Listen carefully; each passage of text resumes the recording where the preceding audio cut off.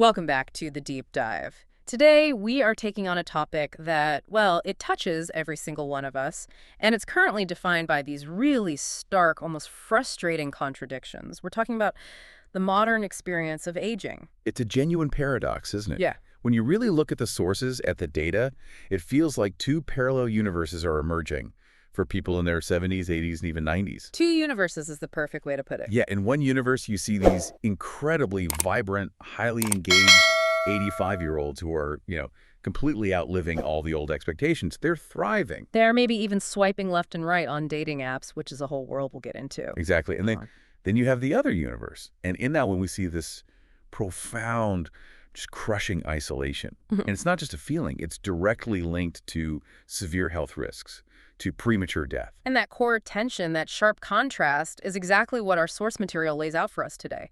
We're drawing from some incredible psychological insights and some really hard institutional data. So our mission today is to move beyond those surface-level narratives, the cheerful grandma and the commercial on one side, the sad, lonely person on the other.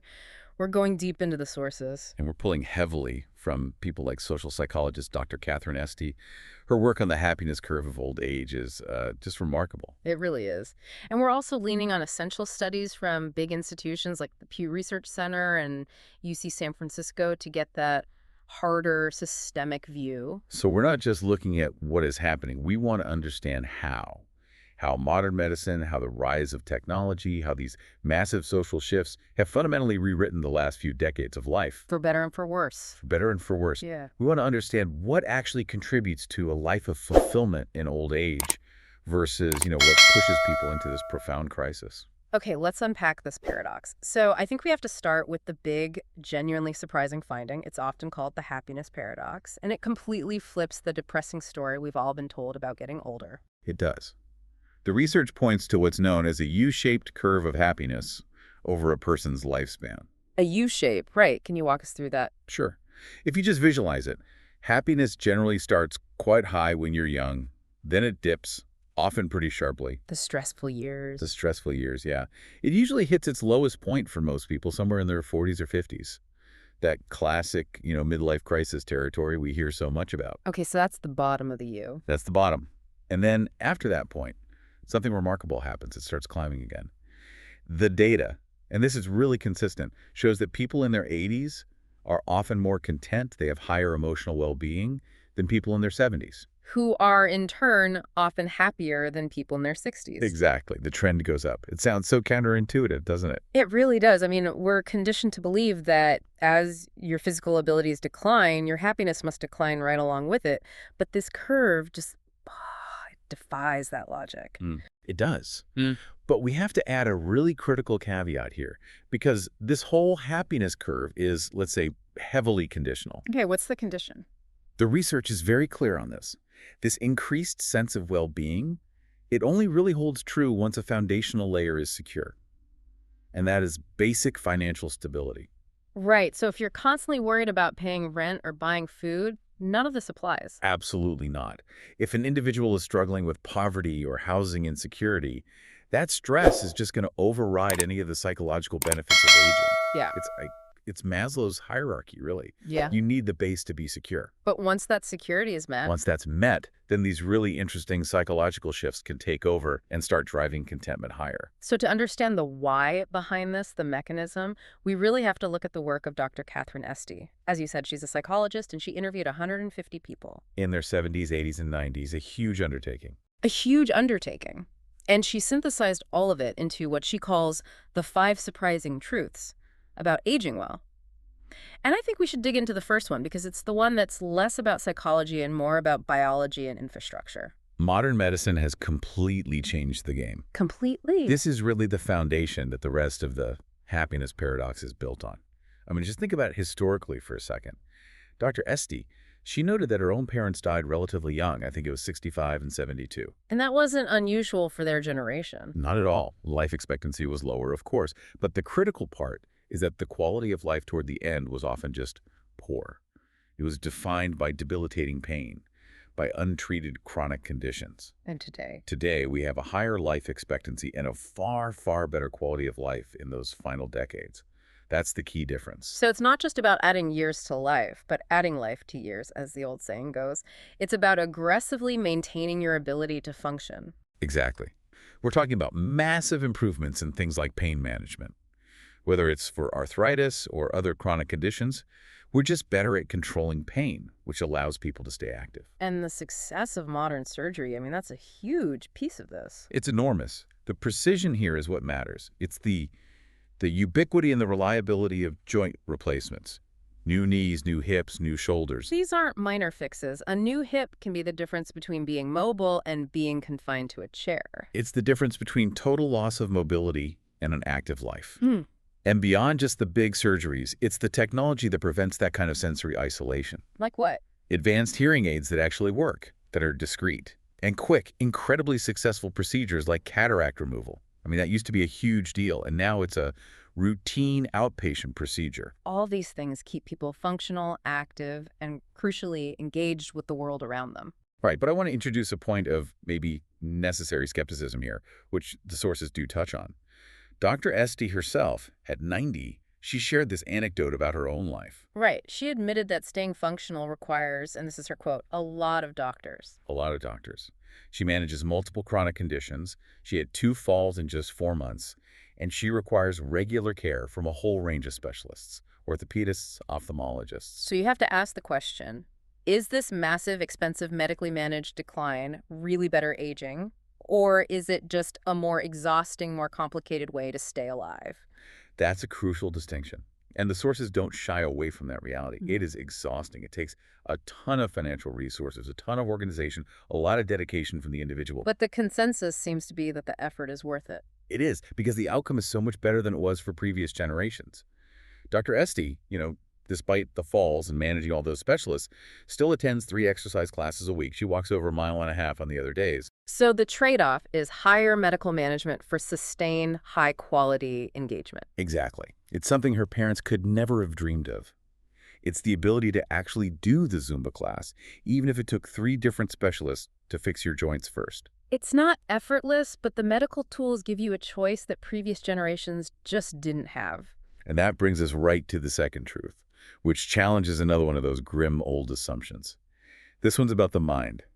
Continued learning and development, all powered by brain plasticity. Right. We spent decades really operating under this depressing and, as it turns out, scientifically incorrect belief that cognitive decline was just this inevitable downhill slide that started around, what, 40 or 45? Yeah, that was the old model. But we now understand the profound elasticity of the adult brain. The brain isn't just a hard drive that holds knowledge. It's constantly rewiring itself, rearranging its neural networks throughout your entire life. So the capacity to learn is still there. It might take a bit longer, right? An older adult might need more repetition, or they might process new information a little more slowly. Sure, the speed might change, but the brain's infrastructure, the basic machinery, is still perfectly capable of building new pathways. The key, then, is stimulation. You have to use it or lose it. Precisely. The research is so clear on this. The brain thrives on novelty.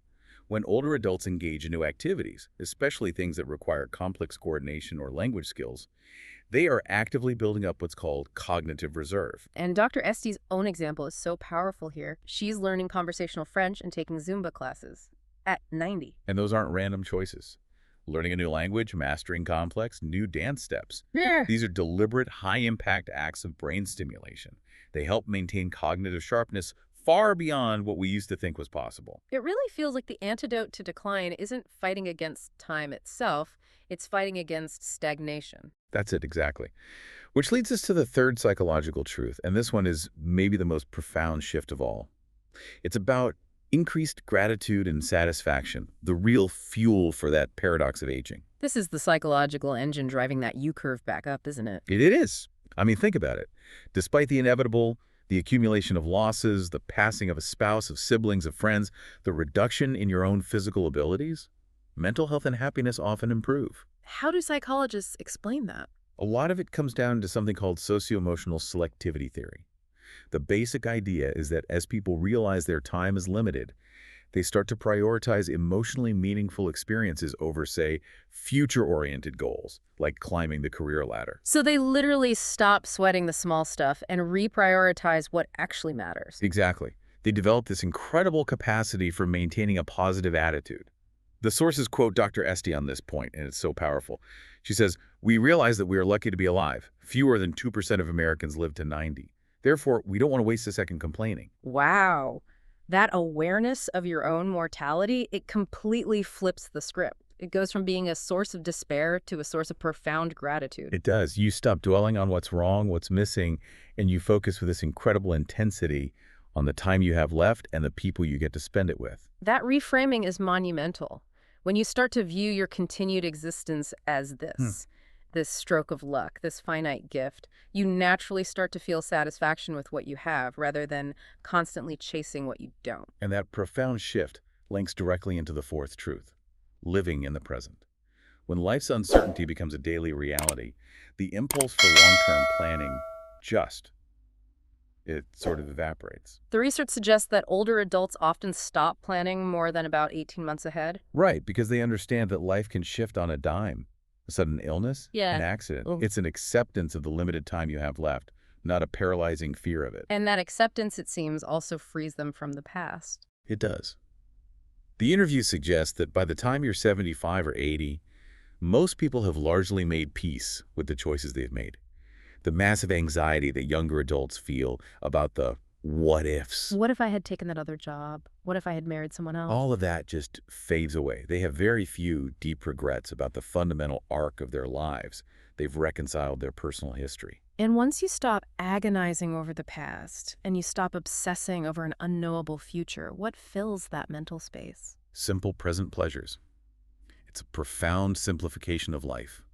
And you see it in their conversations. They shift entirely. How so? They move away from recounting past professional accomplishments or telling grand stories of adventure.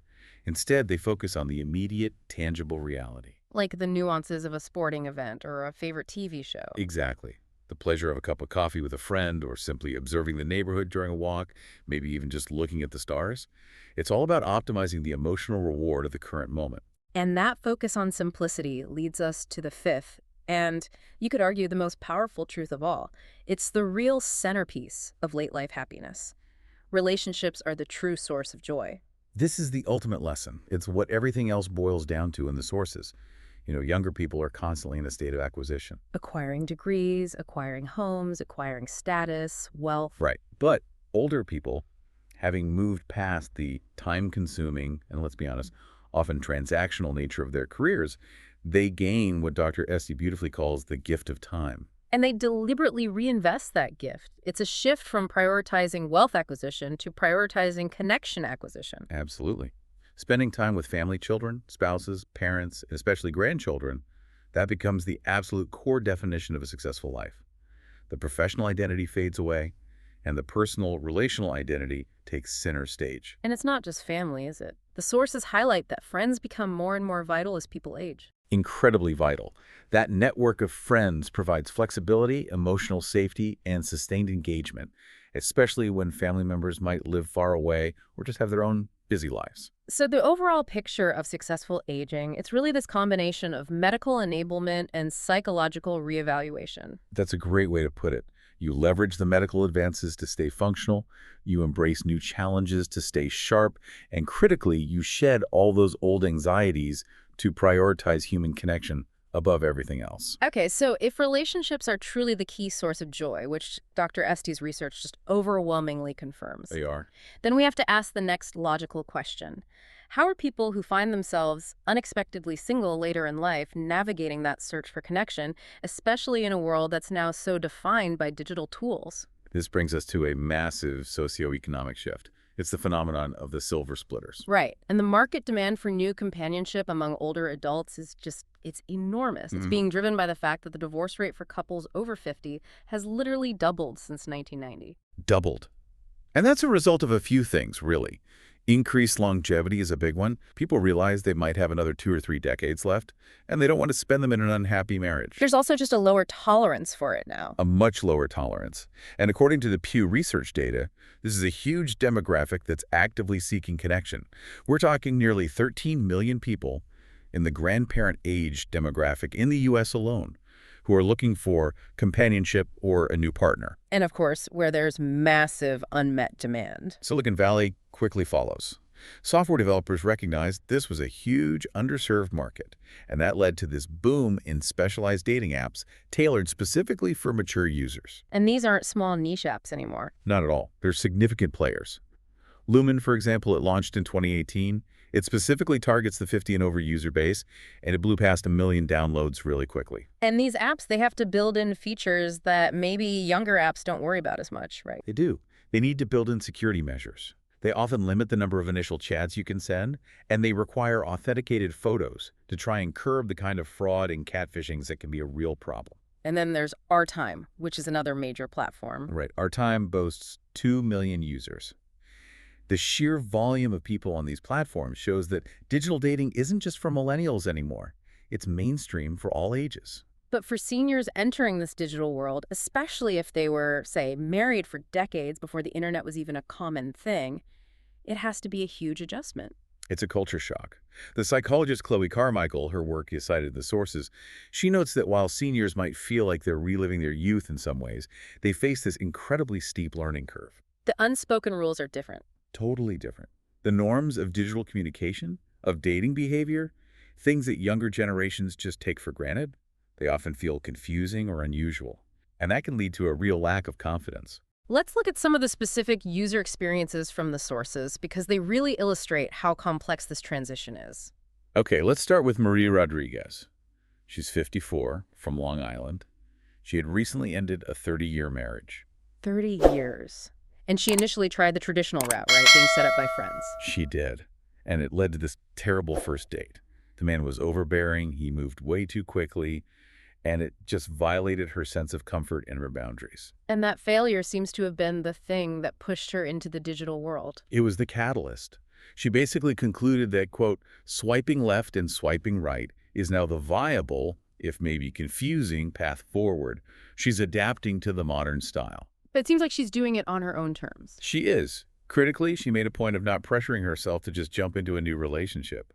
Instead, she's focusing on enjoying her time being single while she navigates this new landscape. So she's adapting, but it takes a lot of conscious effort. Now contrast her experience with Carol Greenfield. She's 68, divorced after 39 years of marriage. And she quickly identified the major pitfall of online dating that really, it transcends age. And that's the fact that it allows users to misrepresent themselves so easily. The lies. The lies. Carol shared this deeply frustrating experience of meeting a man whose actual age and physical appearance were just drastically different from his profile photos. That has to be so disheartening. It is. And she articulated this feeling that these apps, they struggle to provide the necessary spark or that sense of genuine connection that she associated with more traditional dating or even just a deep conversation. She also pointed out how similar all the profiles started to look. The homogeneity, Yeah. right? She noted that most users resort to the exact same generic formula.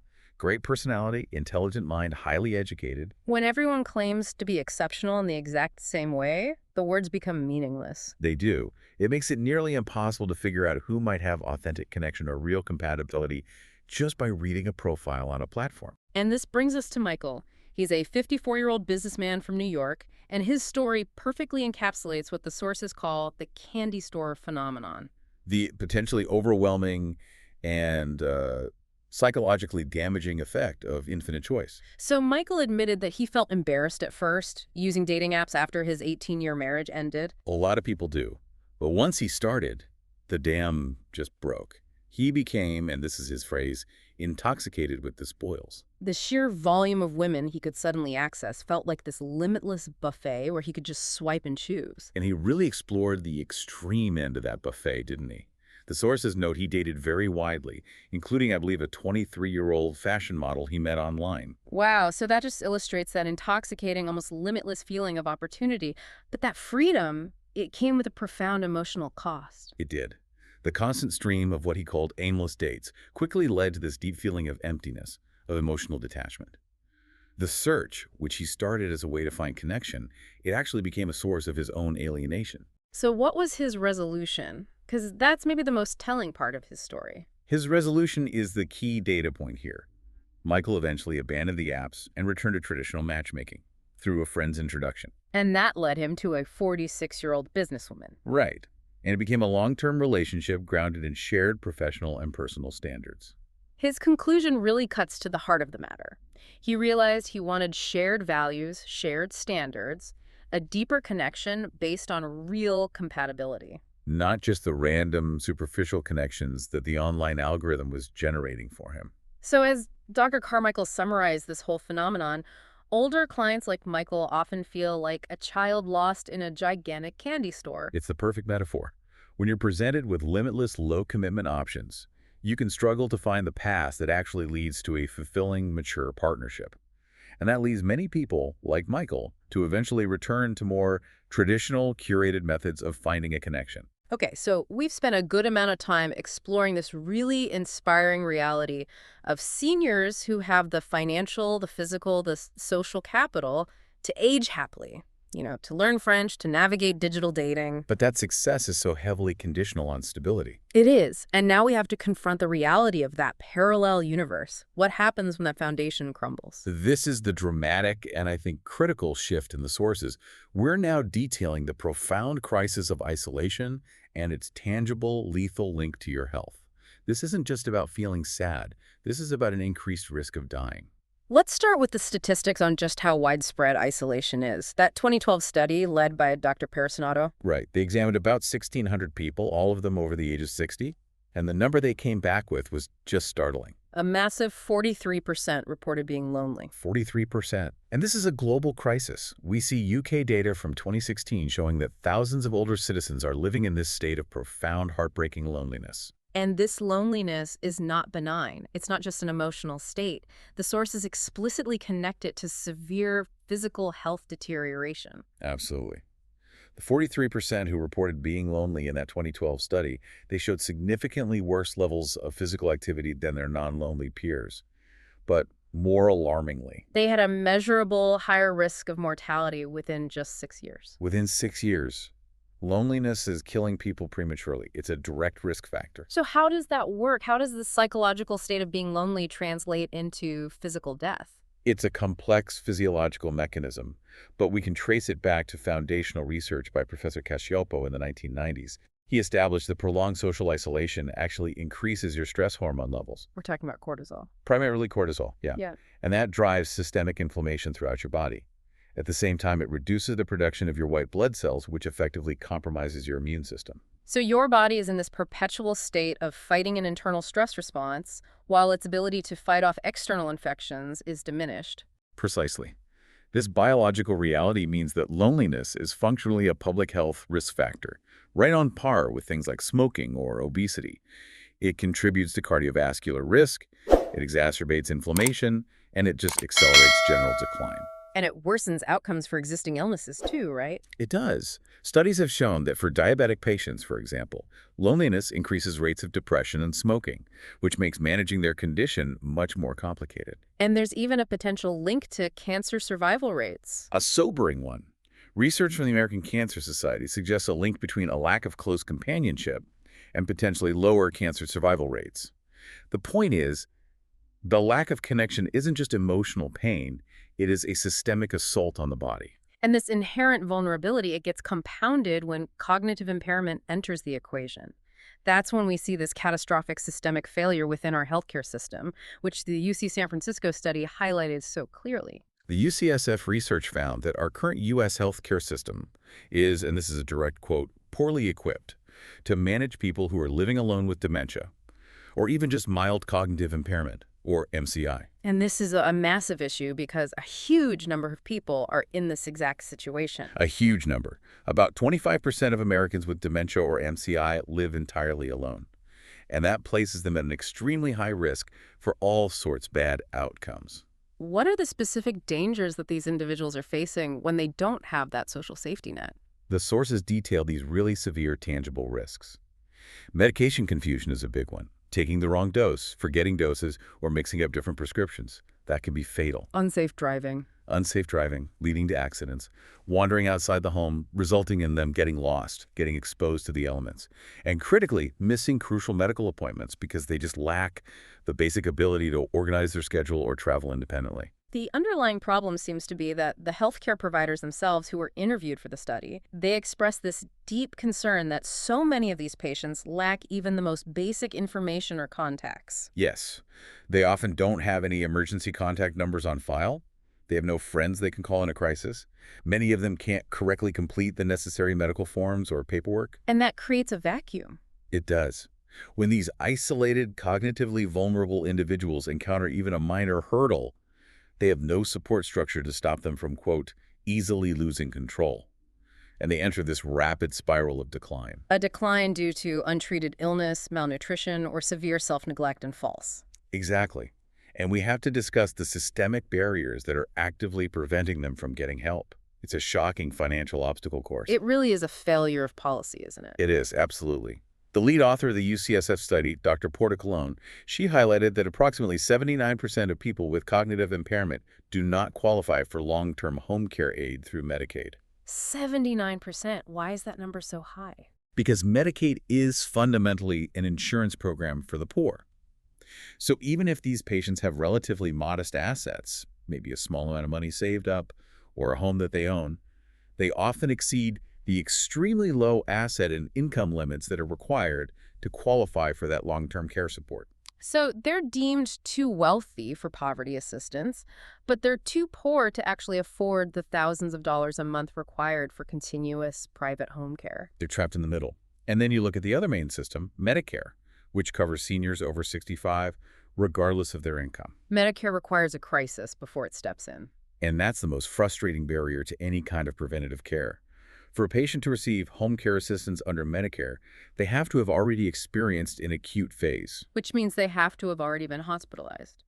For a severe fall, an untreated infection, something terrible has to have already happened. Right. Only after that crisis will the system approve home care services. This entire setup virtually guarantees that preventative care and sustained assistance is impossible to access for the majority of people who are just trying to live alone while managing their impairment. So on one side of this paradox, we have the thriving seniors. They're successful because they possess that critical financial and social capital. And on the other, we have this vast, vulnerable, and growing population who are being actively failed by a healthcare system that only responds after a disaster has already struck. And that leaves isolation to become a guaranteed path to severe illness and ultimately early death. So the need for connection is primal, we know that. And the cost of isolation is lethal, we know that too. So given that traditional family support is thinning in modern society and these health risks are just spiraling, the central question becomes, how are societies and individuals trying to bridge this enormous gap? We see some really desperate measures being taken by the organizations that are trying to fill that void. The anecdotes of extreme loneliness, particularly coming out of the UK, they're chilling. They run something called the Silver Line Helpline. It's a 247 center designed specifically for lonely seniors. And the scale of the desperation is just staggering. The helpline receives about 10,000 calls. Per week. Per week! I mean, just think about the depth of that need. People are calling for the simplest, most transactional reasons. They're asking, what time is it?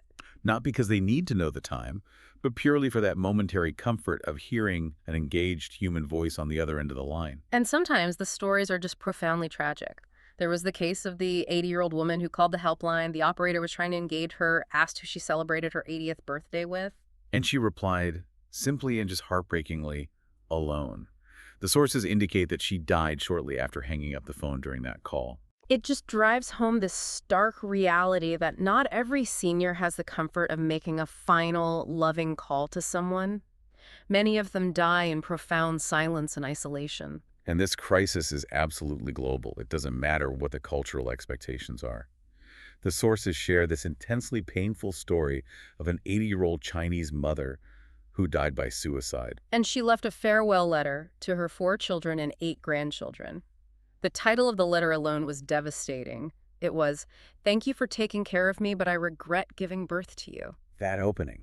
It just speaks volumes about the level of pain she must have been in. It's such a shocking inversion of the cultural expectation of filial piety. She went into agonizing detail in the letter, didn't she? She did. She said she regretted giving birth, not because she disliked them, but because she felt their visits were treated like a debt or a burden that they had to pay off, not a genuine desire to connect with her. She noted that after her husband died, they only stayed with her for about a year and 9 months. Right. And for the next 2 years, she struggled with this crippling loneliness, left completely alone every single night. And she acknowledged that on her 80th birthday, they all wished her a long life. But she said she just laughed internally, realizing that, quote, living 100 years is useless. Her final hope was that her worsening heart disease would take her quickly so she could reunite with her husband. She had recently dreamed of him, right? She had. She said he smiled at her and told her, wife, come with me.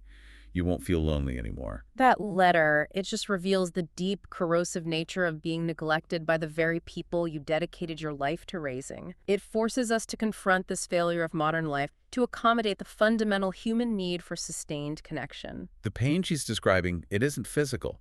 It's a deep psychic wound caused by a lack of genuine heartfelt presence. And this tragedy brings us squarely to the technological solution that major tech companies are pouring billions of dollars into. We're talking about social robots. Right. Many large tech companies view seniors as this massive, high-growth target market. They're specifically developing robots that are capable of conversing with and reminding older adults about routine tasks, like taking their medication. And initial evaluations, they suggest there is some practical value in managing forgetfulness. Sure. But the source material really challenges the entire premise of this as a solution. While a robot might help you remember where you left your keys, can it possibly cure a horrible loneliness? Can a machine cure isolation from the root, the heart? The argument against this technological fix is so powerful and so deeply human. It is. A robot cannot possibly replace the emotional resonance that's required to cure that deep loneliness. As the critique implies, the Chinese mother did not carry that robot for 9 months. She didn't nurse it when it was sick. She didn't sing lullabies to it when it slept. A machine lacks the shared history. It lacks the capacity for genuine empathy, the understanding of life's complexities that human beings demand from one another. Technology might be able to manage the symptoms of forgetfulness, but it cannot cultivate the love and connection that are required to prevent a heartbreaking letter like hers. So, if technology is insufficient, we're seeing these global attempts by governments to tackle this societal failure head-on. The UK's appointment of a minister for loneliness was a radical, headline-grabbing move. It was. It was designed to tackle what the Prime Minister at the time, Theresa May, called the sad reality of modern life. And this movement is gaining traction across Europe now. It is. Countries like Germany, France, Denmark, they're implementing major national campaigns. The strategic goal is to actively counter the tendency of older adults to withdraw and hide in isolation. They're trying to encourage them to leave residential or nursing homes and participate fully in social and community activities. It's an acknowledgement that loneliness requires a systemic public health response, not just individual coping mechanisms. But the ultimate lesson, the one that resonates the most deeply in the sources, it comes back to individual resilience and the human spirit. And we have to conclude with the inspiring story of Mac Philliser from Australia. Mac Philliser was an older man living in a local nursing home, and his situation was depressingly common. Family visits dwindled, the calls stopped coming, and those around him just assumed he was another unhappy senior, just waiting for the end.